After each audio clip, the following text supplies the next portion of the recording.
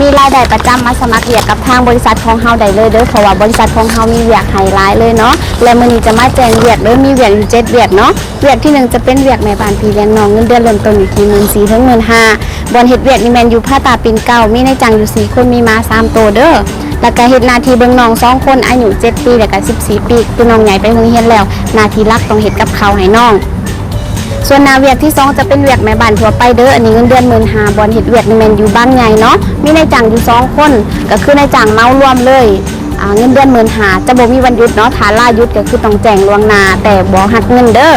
ส่วนนาเวียกที่3จะเป็นเวียกแม่บ้านพี่เลี้ยงน้องเนาะก็คือเงินเดือน14,000ถึง15,000บอนเฮ็ดเวียกนี่แม่นอยู่บุรีรัมย์อันนี้ก็คนที่ไปอยู่บุรีรัมย์กับนายจ้างได้เพราะว่าอยู่ต่างจังหวัดเนาะที่บ้านนายจ้างเพิ่นมีกันอยู่3คนมีม้า2ตัวเด้อเฮ็ดหน้าที่เบิ่งน้อง1คนอายุ5ปีดูแลทุกอย่างในส่วนของน้องส่วนเวียกที่4จะเป็นแม่บ้านพี่เลี้ยงน้องเนาะบอนเฮ็ดเวียกนี่แม่นอยู่ลาดพร้าวมีนายจ้างอยู่4คนเนาะ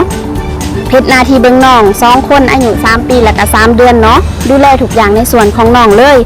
ส่วนเวียกที่5จะเป็นเวียกแม่บ้านพี่เลี้ยงน้องคือกันเนาะเงินเดือนก็เริ่มต้นอยู่ที่14,000ถึง15,000บ่เฮ็ดเวียกนี่แม่นอยู่บางบ่อหรือว่าอยู่สมุทรปราการที่บ้านนายจ้างเพิ่นมีกันอยู่3คนเนาะเฮ็ดหน้าที่เบิ่งน้อง1คนอายุ1ปี7เดือนดูแลทุกอย่างในส่วนของน้องเลยเวียกที่6จะเป็นเวียกแม่บ้านทั่วไปเด้อบ่เฮ็ดเวียกนี่แม่นอยู่ลาดพร้าวอันนี้ก็เงินเดือน12,000มีนายจ้าง8คนมีม้ามีแม่บ้านอยู่แล้ว3คนมีม้าอยู่4ตัวเนาะขอคนที่บ่ย่านม้าเพราะว่าต้องไปดูแลม้าแล้วก็ทำงานบ้านซักผ้ารีดผ้าส่วนเวียกสุดท้ายเวียกที่7จะเป็นเวียกแม่บ้านไปกลับเนาะเงินเดือนก็คือ15,000บ่เฮ็ดเวียกนี่แม่นอยู่ประดิษฐ์มโนธรรมบ่แม่นเนาะขอโทษสาธุประดิษฐ์มีนายจ้างอยู่2คนแล้วก็เข้างานนี่8:00 นเลิกงานนี่ 18:00